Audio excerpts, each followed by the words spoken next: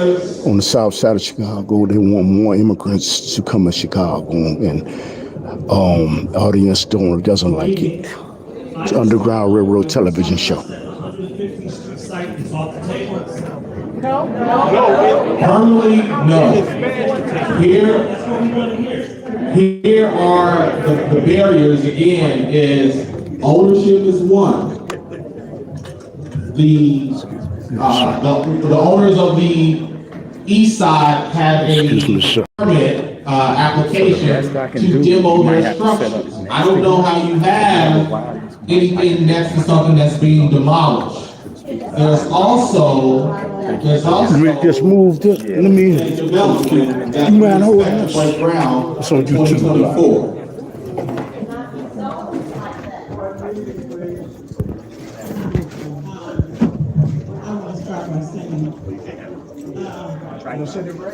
Hello? Okay. There are no resources coming to the people of the city of Chicago in this ward. I ran for alderman of this ward with everybody else. And when we filed our petitions, Ronnie Mosley was number one with the signatures. I was number two. At a race with 14 people in it. I got kicked off the ballot. Where's it go? I say lock. You don't mind. But is it rotating or what? If you rotate it like this, it'll go like this. It'll go like that. It'll go like that. Went to the government and asked them to fast track the work permits. Thank you so much. The work permits for these illegal immigrants because they are not asylum seekers because they did not go through process. Hello. So, where's my fast track? I went through the clemency process, and my clemency is still sitting on his desk. He needs to fast track what he got authority to do before he go to the government asking them to fast track for these immigrants. Okay. He said that he don't have the labor force to do the work. So that's why he's trying to fast track these work permits for these immigrants. But he has thousands and thousands of clemencies sitting on his desk for people that have served their time. And they can't give us second chances, but we haven't had a second chance. I haven't had a second chance. Where's my second chance? Before they get anything done or any work permit, where's mine?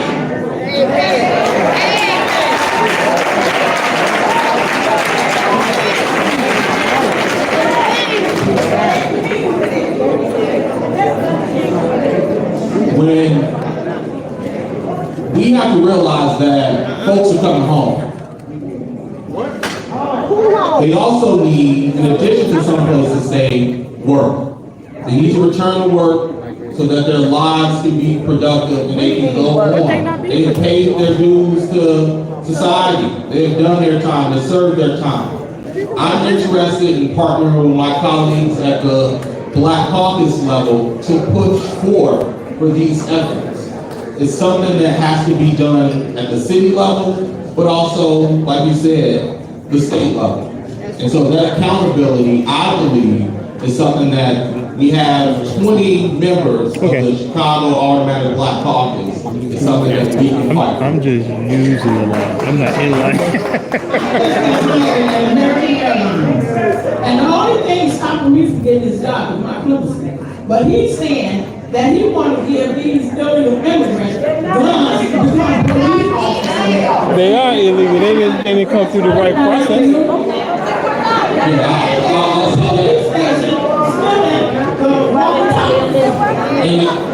One, I'll say that I have a hard time believing that the 21st Ward, who has the largest membership of Black police and firefighters, and that number has been attempted to grow, that someone who is seeking asylum could be more qualified than folks who have been tested and trained for years. So that, again, I sit on the police and fire committee for the city, and that's one of the issues that I'm pushing as well, is how do we replenish the ranks? Because the majority of the folks who are there can retire tomorrow. Do we have any We have 2 minutes. Thank you. Do we have any cards? I'm gonna go over here.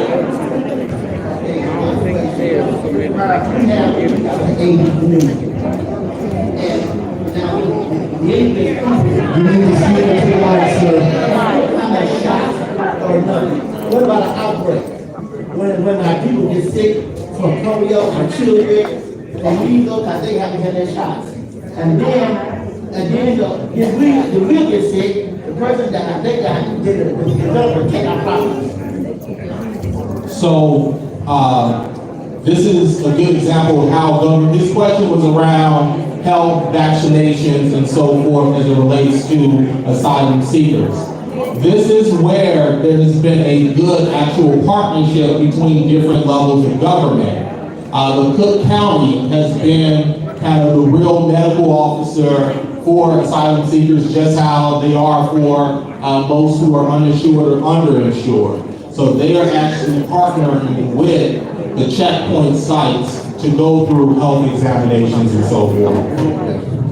Okay, now, all the money that we get is going to the asylum seekers. How come we can't get reparation that you pay them? What you say? They say, they do like you're doing it right now. Please talk into the mic, sir. His question was around, and let me say this, again, I'll be here until the pastor closes his doors. So if you have another question after your initial question, just hop back in line. His question was around reparations. In the city. From my understanding, the city put forth a committee or commission on reparations.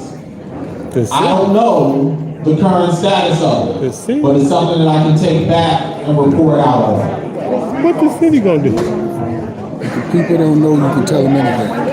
We I'm know sorry, that. upstairs. Good evening, everyone. Good evening, Alderman. Good evening. I'm with Alice Kelly's parent school. I have 6 children that attended that school, and they went to college and everything. And they have to travel public housing. What about these undocumented asylum seekers? They don't have ID. They don't have fingerprints. We don't even know who they are. That's not true. So again, the process shouldn't be starts true. at the border.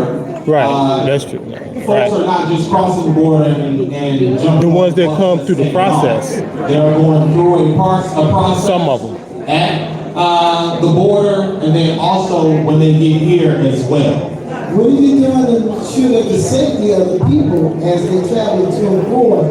And they got all this money that they allocated for them, but where's our money that's supposed to be allocated for our people? We got all these homeless people that's already here, and we're not doing anything about it, and then veterans really mentally ill, et cetera, et cetera, et cetera.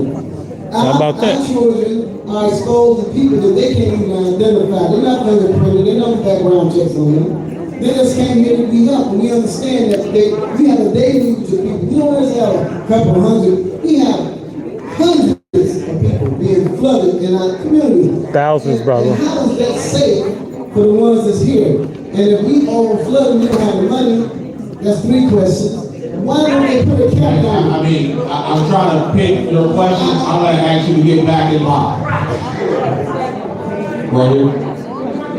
Wait, you ain't gonna address either one of those questions? Wait. I answered her first question. She asked a second question. Right before she spoke, I said, if you have another question, hop back in line. I didn't hear it.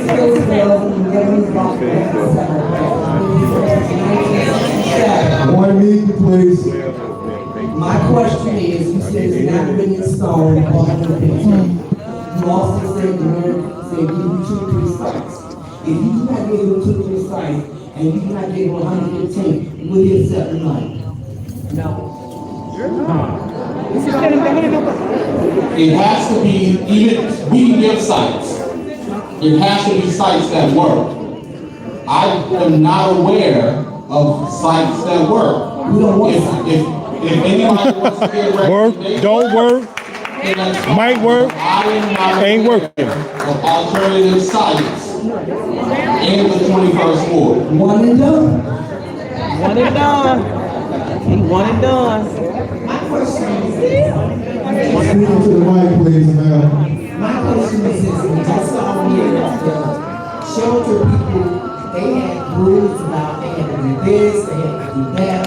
Is there one for those other people that you guys are quite trying to house? So they have the rules too, because the reason I'm asking, do they have rules? And it could be the media, like you're saying, but I've heard some written stories about those people. So if the shelters for us have rules, we need to know the rules for them too. If we have a site or not, I still would like to know. What rules are in place? So I believe the question was, we saw rules for folks who are in shelters. Are there rules for folks who are not in shelters? Folks who are not in shelters have been at the police stations.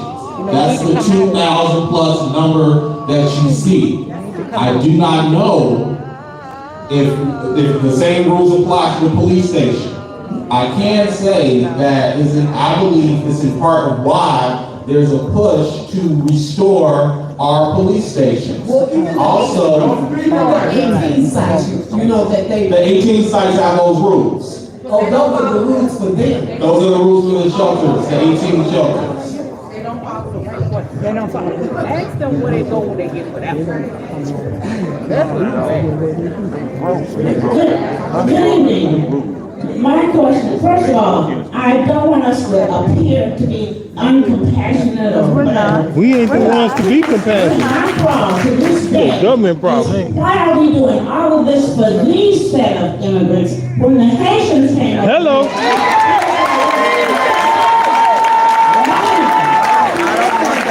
They put them on this plane quick with a whip.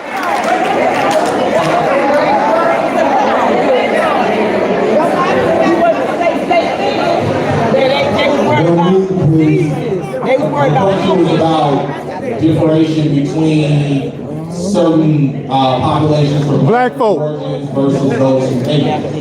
So I actually met yesterday, along with a couple of my colleagues, about folks who are migrating from Africa to learn about their challenges. Haiti. It's similar. Haiti. We have a lot of folks coming from South America whose primary language is Spanish, and they look Haiti. Haiti. complexions. But Haitians, like, there's still French is a language, that a barrier that is there. Creole is another. Wolof is another. They ain't none of them speaking English. So, what I'm sharing with you is, there are Haitians in other countries of origins that are migrating here as well.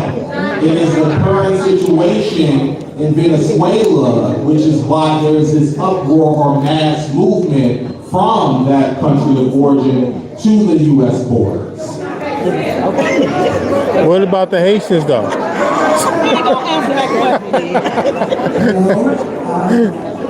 President of the ward, 57 years, I have a two-part question.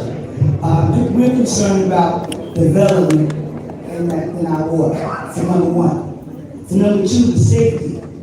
The police radios are missing right now. They're taking guns in the police station. And we already overloaded with crime. We don't want that here. Under no circumstances, the other part, we don't want to be an accident state.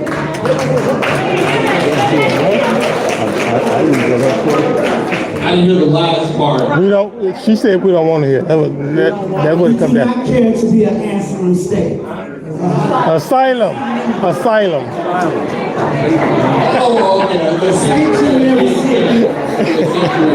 Can y'all work Hey, can you guys what's that one? The recording. So, the question was about She said development and safety. She wants to make sure that the development continues in the ward.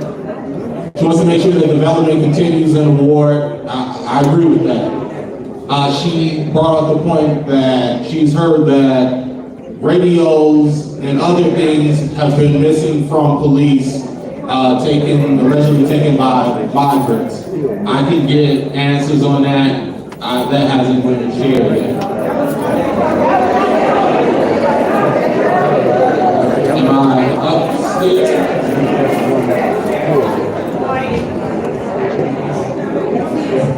Hi, I'm Princess I just want to say that Thank you.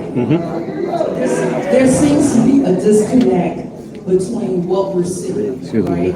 Like all of these multi-millions of resources pouring in and funding and so forth for housing, work permits, and blah, blah, blah, blah, right? For the asylum seekers.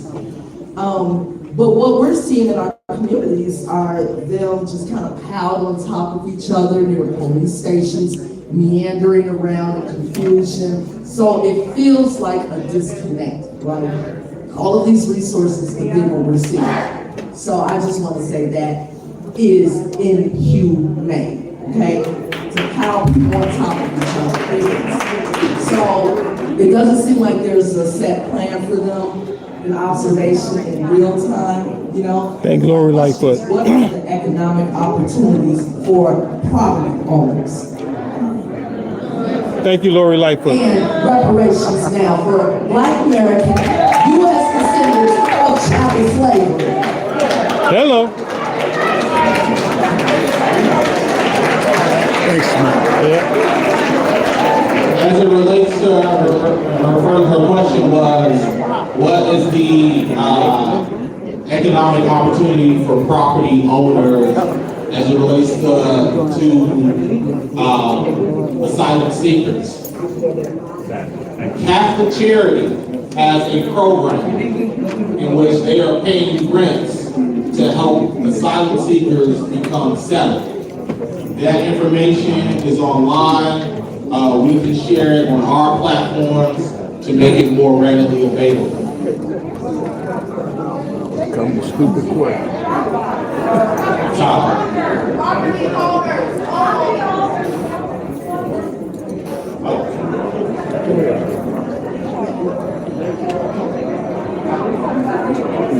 This first question, are all wards participating? Were any wards excluded from having to place immigrants? If so, why? Site mentioned in 19th Ward, Beverly.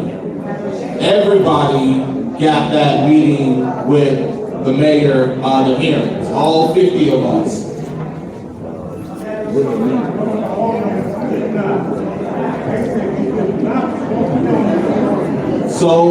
So this is where I'm going to be real with you. The decision is not necessarily one with the alderman. One meeting, please. Here's how I can give you examples on that.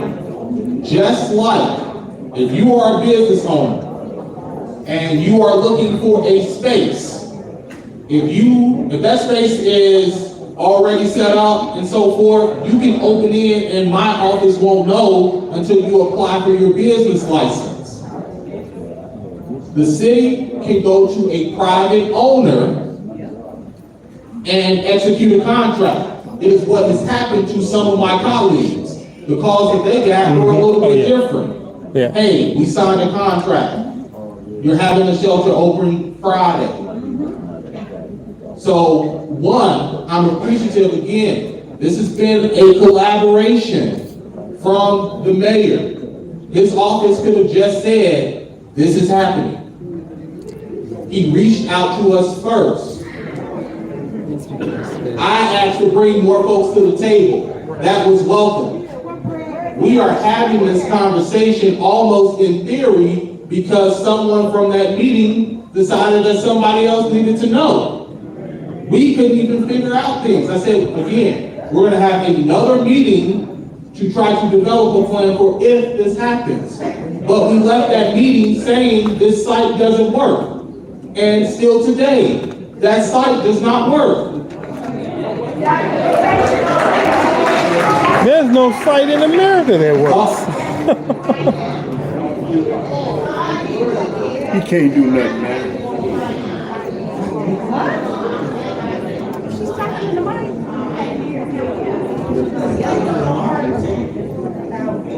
There's no site in America that works. Are they proposing? Are they implementing? Do our homeless have any of those? No, not even a tent. Maybe they falling on hard times. They go in there and take their tents. If they put one up. What are we doing to protect them? Why are you making other places and not helping our homes? I don't see people laying on the street. Check these settings, man, and tell me if you think they're good. Check these settings and see if you think they're good.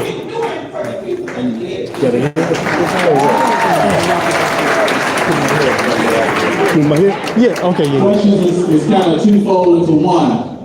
One, the homeless population. Do you know if anybody from the mayor's office is what actually is here? happening? Do they get access? Do they have access? Pretty sure they are. I'm not aware. I don't know who they are. What I am aware of is that, again, we just discussed in budget committee this week the need and already the allocation to direct funds for folks who are not housed. There is a conservative effort to move folks who are not housed into housing. There is also a request that has been placed on the table for the city to have a deputy mayor of homelessness. That is something that has not been done only at the city level. There is someone that is No, this is probably homelessness at the turning state. up the volume or There is the power someone for in each channel. theory, The volume is responsible at the recording? federal Yeah, it's level. recording. That's just We don't have that here at the city level. It probably Those are two can't hear this items actually that as have been recorded. I don't know. taken to again further serve those who are here and homeless now. Can y'all hear me? Good evening, Alderman Mosley, with all due respect, that presentation that you just delivered. All right, you too. And that is game that City Hall has been running on all black communities since this situation has become prevalent in our city. To soothe the fears and frustrations of the black community. We are saying no to 150 in the hostel. We are saying no to South Shore. We are saying no to Outdoor Bar. We are saying no to Home Park. To the Mayor Bradon Johnson, and telling them that your constituents said no. Thank you.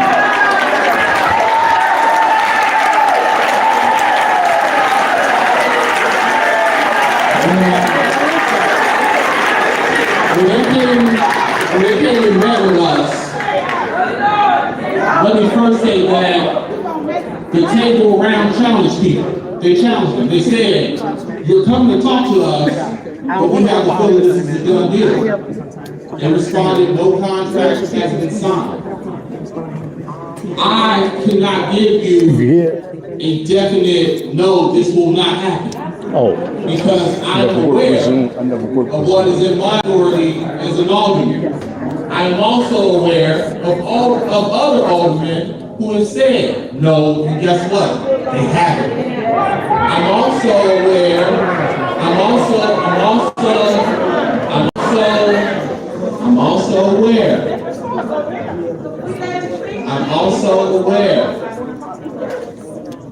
that if I tell you no, this is not happening, and then the decision is made without me, then guess what? How does that impact my relationship with you? So, I made a commitment that I'm going to practice leadership, and I'm going to communicate to you from the day that I took office. This is why we're having that meeting. I'm not waiting for someone to make a decision for us and then we are reactionary to it.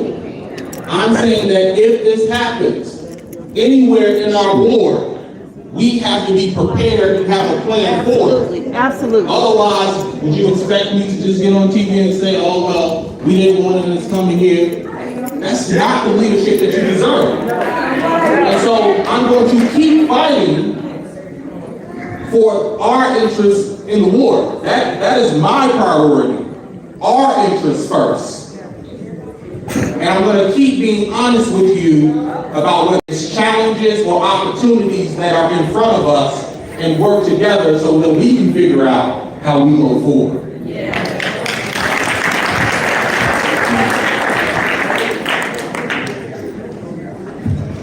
Giving honor to God as we have my life first. And I know it's Melissa, and I live in this ward. I live in this place. But I was a victim of an attempted carjacking in 2021. My car door was open and a gun was put to my head. Thank God I'm still here. You may have heard this voice on the news. Nothing happened. So my concern, I know I heard somebody mention safety over there, but when I'm at the light coming off the expressway, it's people at my car with signs and different people I've never seen it before. So my concern is, what about the safety of the people that are already here, like, for real, because I get paranoid. And yes, I have a CCL, and when I see them walking up to my car, I make myself prepared now, because I was unprepared when that gun was put to my head.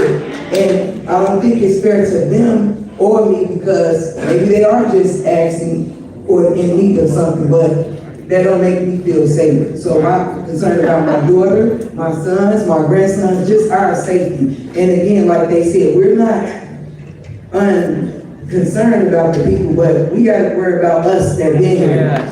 Thank you. First again, say, the priority of us is us first. The specific example that you gave about folks being at the exits or entrances of expressways is something that we can enforce. Now, if you call our office, we can reach out to the proper channels to have that enforcement done. Historically, we know that has happened before migrants got here, and so it's a new face there. But if you call our office and ask us to report it, or report it to us, then we can work on the enforcement of it. Is that other topics? Card. Listen, I got one simple question.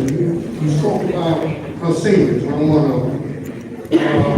My chief concern is you spoke about a lot of different things being done, a lot of developments, and a lot of progress being done in the 21st ward. I want to know, how are you going to pay for all this? You said the federal government only gave the city $30 million. Now, what I've read to date is that it's going to cost over $200 million to support these people. I mean, I understand what the city is trying to do, but what about us? I mean, I'm concerned about whether or not I'm going to eat tomorrow. Okay? I'm concerned about people walking through my driveway still in my car because they've done that. You know, I'm concerned about the fact that Link gives me $13 a month, you understand, to eat. You know, so I'm not understanding why we taking all this money and distributing it on people when we got people right here who need food, shelter, housing, all of that.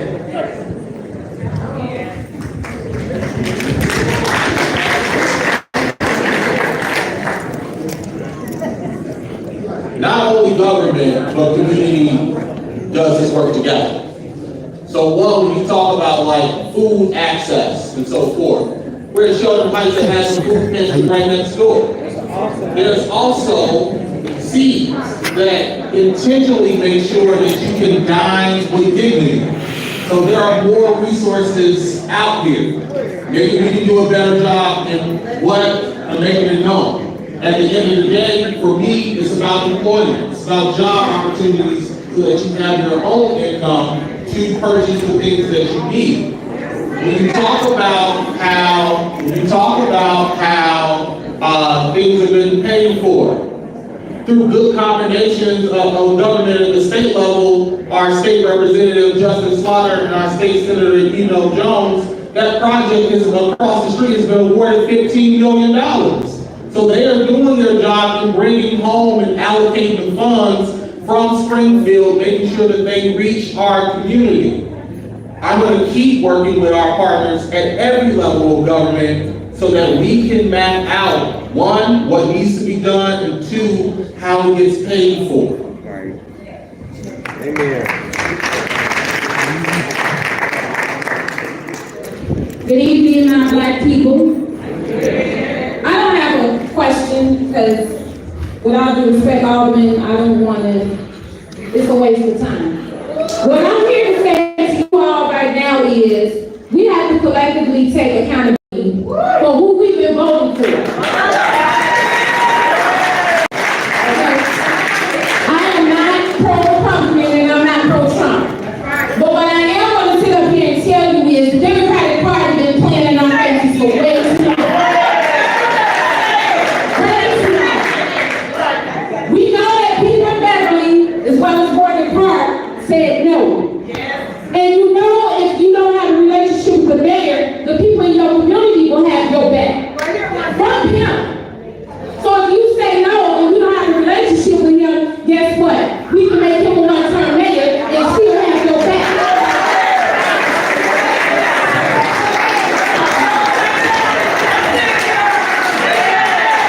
When you talk about, here is a part of like the conversation where we started 2 years ago. When you talk about vacant land, when you talk about vacant buildings, where are they? They're predominantly on the south and west side of Chicago. So when this conversation first started, that was a part of it.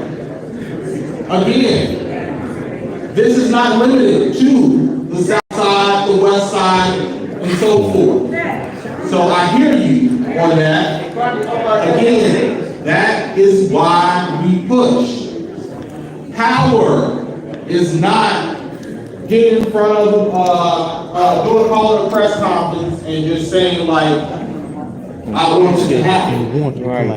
Power is literally the ability to act. Because the press is over there, it's gone. I share with you what's in the power of an alderman. I share with you how even when there's something outside of my power, how I work to use it. Excuse me. I don't think it was by coincidence that the administration just reached out to the 21st Ward. I don't believe that was by. You hold this for 1 second. The site across the street. Yeah, on this side you can go like up towards the front. What again happened is a preliminary conversation was spread. I called this meeting here so you can get the full information. That's leadership. That's communication.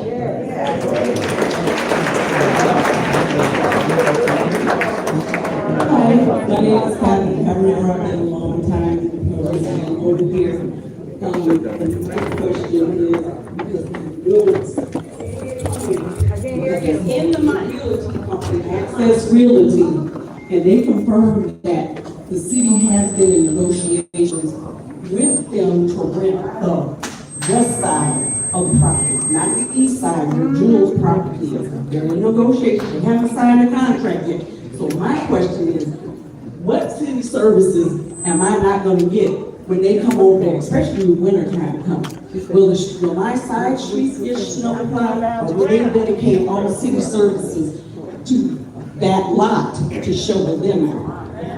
Two things to answer your question. One, Access Realty does not Property own tax. the east side of the street, of that property. That's a different owner. They own, I'm sorry, they do own the east side, not the west side. They are only in control of that road in the middle, what's to the east. The second thing is you can actually track street snow removal, turn by turn. It's a system that was implemented years ago. In my training, I have found it wise that even I have been out trailing snow trucks to ensure that our ward is getting the service it deserves. That's also part of the leadership of our ward superintendent, Bessie Bradon. She commands the trucks and the laborers that are there. So, if there is any issue that ever arises about your trucks, snow removal, trash, and so forth, Bessie Bradon is the 21st Ward Superintendent and the person to get the job done.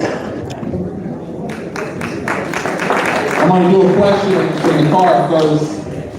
Alderman Mosley, could you please explain how the English Secondary Language Program for the migrant children works and how can ensure that the immigrants won't transmit other diseases to our children and families?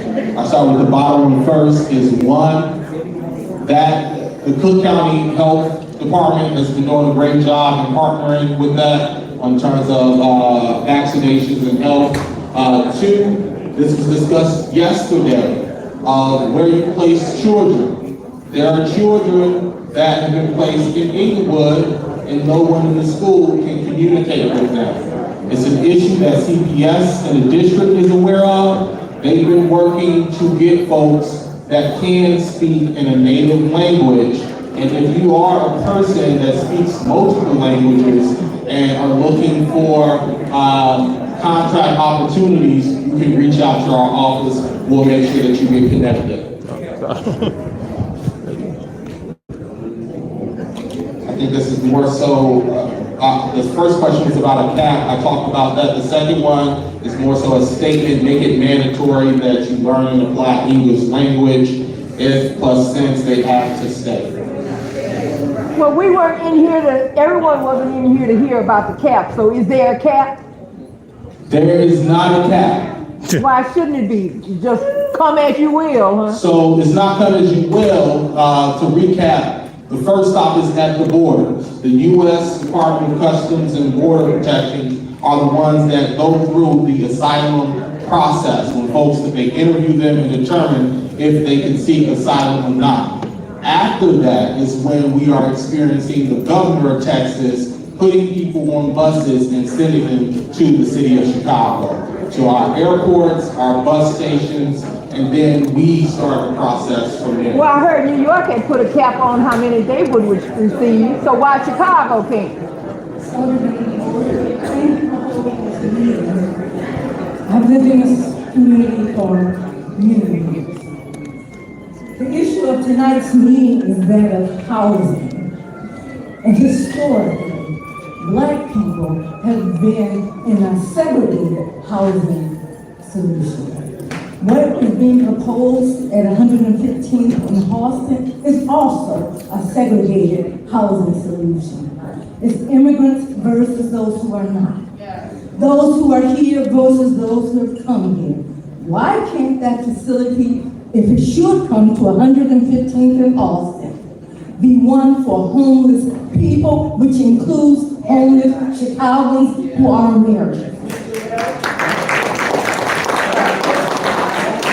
I don't disagree with that. I've been saying that these services have to be available to everyone, not just migrants, but again, folks who have been here suffering from these issues for a long time. So when they put that facility at 115th and Halston, will you allow the city council to debate or to discuss putting Americans in that facility also? Yes.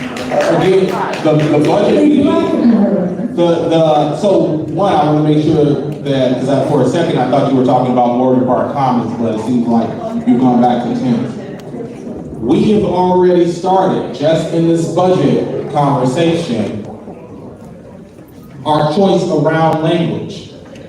There was a debate about why the 33 million says that it is for migrants. It was relayed that because of the source of that funding coming from FEMA and the type of grant that it is, there's a lot of folks in our community that are nonprofits. They know about restrictive grants.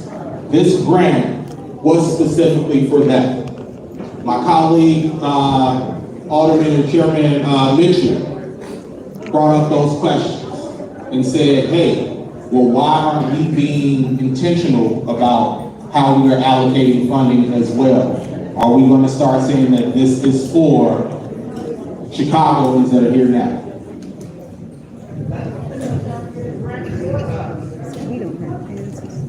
Okay, Can I speak? How you doing? How you doing, Alderman? I hope you sleep good tonight. We're looking forward to you getting some rest because you put in a lot of hard work and overtime, man. But here's what I'm looking at here. I've been listening to everything you're talking about, and I'm not a plumber, but if I'm not mistaken, if everything is fumbling through Texas and you're sending people here, and you mentioned something about the government having control of where these migrants go, if that is the United States, I want to guess that we got over 48 states here in America. These states, you know, where these immigrants are going besides Chicago, New York, and Atlanta, where are they going? Everywhere. Other states open the doors because they are United States. We're talking United States. We should be open across the board if we're talking about government, right? At least you got a front shot. It should be open across the board. It should not have them coming here. You want to send 2,000 here, send 2,000 to probably North Dakota, South Dakota. Pick some other states that can take people on. Montana. Put it out there, put it across the board. Now, do you have that number? Wyoming. Do you have that number? That's what I want to know. I'm Floyd Manning. I'm new to the ward. But I'm glad I'm here because I'm enjoying myself.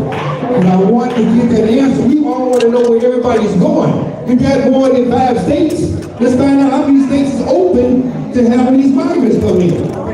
Pretty much quite a few. I may ask my colleague to correct me or add more build on what I say. What I know outside of Chicago is that there's Denver, Colorado, that there's Los Angeles. Again, it is not the border, the federal government that is sending them to different cities. This is a determined a decision that has been made by the Texas governor of who and where he is going to send people. And so, and the ones who enforce that, who enforce issues between states and states, is the federal government, which is why we're calling the federal government. I'm going to answer one more question from the comments, from the cards, before I go to my left. When a crime is committed, will they be deported? They're supposed to be. Someone asked, when a crime is committed, felonies, will they be deported? That jeopardizes their asylum-seeking state.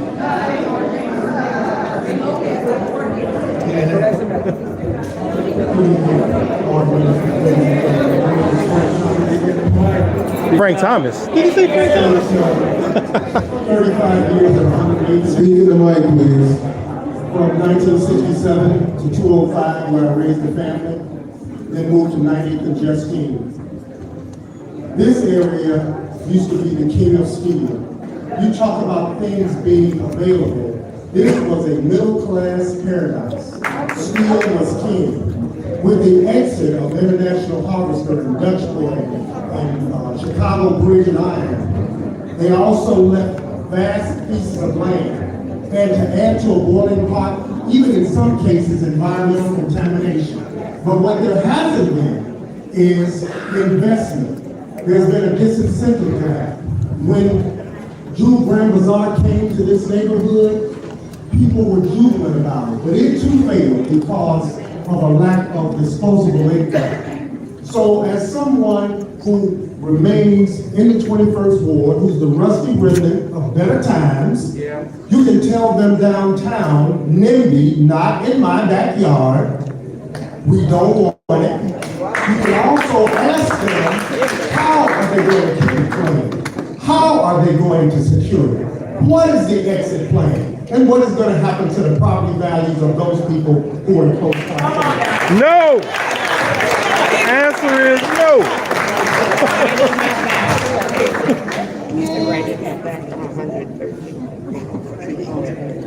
Yes, I got a question. Two of them. One, they go to 23rd and King Drive. That's it. They can carry it. Why don't they go there? Number two is, who getting paid under the table? None of y'all know that. Somebody getting paid under the table. Somebody's benefiting. It ain't us. To buy all those tents. That's right.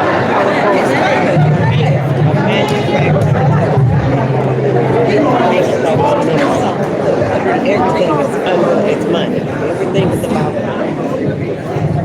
Good evening, everyone. My name is Jennifer Parks. I am a resident. I live on 109th and Green. I'm sorry, 109th in Parnell.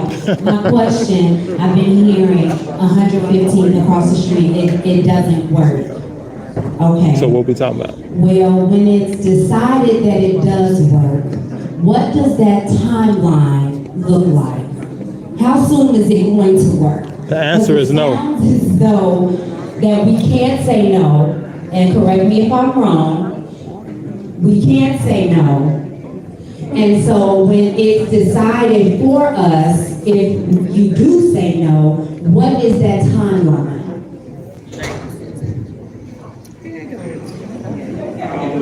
There is right now no timeline. Because of the issues with the site, you cannot even develop a plan for it in terms of how things will be erected because they don't know how it could work with some of the barriers. So until that changes, if that changes, I cannot give you a timeline because they can't map out anything.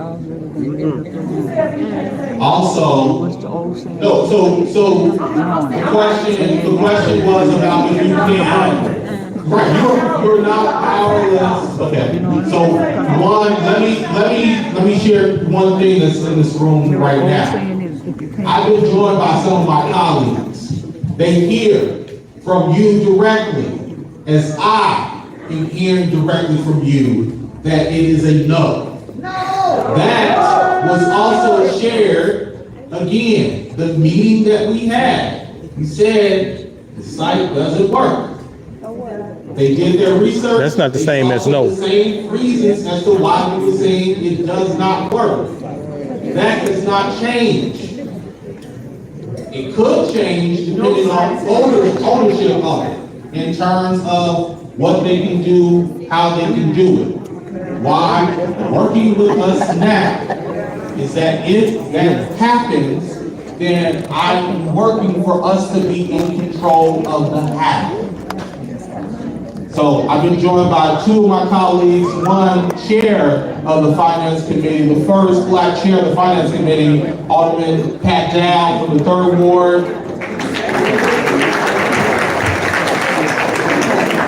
And the chair on the Immigration and Refugees Committee, Chairman Vasquez from the 40s. He was just in high park, and he, oh no. So my colleagues hear from you that there's a no. He a sellout, I was there. Yes, sir. Oh yeah, are you willing to put that in an affidavit, a signed affidavit? I need you talking. We need the people here. We need documentation, all this good service. We ain't with that. We need that on paper. What are you asking for, affidavit? Affidavit that we don't want these people over here. I'm not that type of person. Okay, hear me out. Because us as the people, colored people, we've been getting played for the past 70 years. So that got to stop. And for the record, I hear you say all this clout, we ain't clout chasing. What we need are signed affidavit out of from you to give to us. No! We don't want no. Everybody here says no. I got children. They go to school. And I be damned. They get hurt. It's gonna be something else, bro. So we need that. We got elderly people here. church. I get up every morning, go to work. I don't want to get approached. Like the sister said, she got approached with a pistol to her head. Hey, that's dangerous, bro. You go to work. You don't want to be in an uncompromising position. I got you. Let me say this. So I need a signed affidavit. I mean, it's not an affidavit. You want something on my letterhead or so forth that says my community said no. I don't have an issue with that. There's ample media here that's going to carry the message, and the ward said no as well. We need to sign affidavit before we take to the federal court. If you renege on it, we take it to the federal court, and then we go ahead. What's the renege on it? You know what you renege on when you say so. You said, oh, it's not what happened. So that's not so. This is why I asked you your clarifying question. So I shared earlier that I can say no, that other alders have said no, and it's still happening. So I'm not too sure how when you say that, if you say that we said no, and it still happens, there's a problem. I'm not disagreeing with you, but I'm being real with you about the possibility. You can sign affidavit. Say what you say. God bless everyone. In a few minutes, you don't have to go home. You gotta go out of here. It's going to leave here. And I'm asking, for fairness of everybody, I'm just asking that you all just be respectful in the house of God. I just said some people haven't been respectful, but this is a place we worship every Sunday. We praise the Lord. So before we be respectful, please just I don't mean no harm. We love everybody. We praise the Lord. Please respect this place. Secondly, for people to come up and make their questions, please just make it, because we're looking to close down in about 15 minutes. So if you have a question, please make a question. Be fair to all of them. He's been answered. He's been sitting here over an hour. Y'all give him a big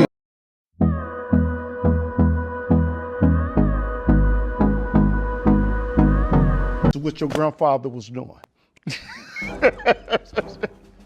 Any message for your grandchildren? Great.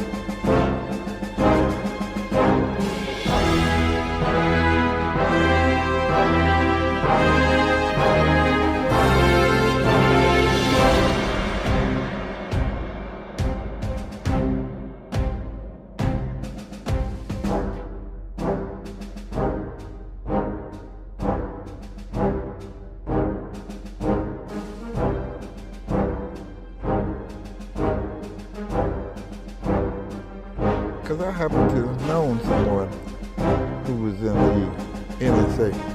Okay. All right? And they don't know what they know now. I've been in their building with him. Did you see it? Yes, sir.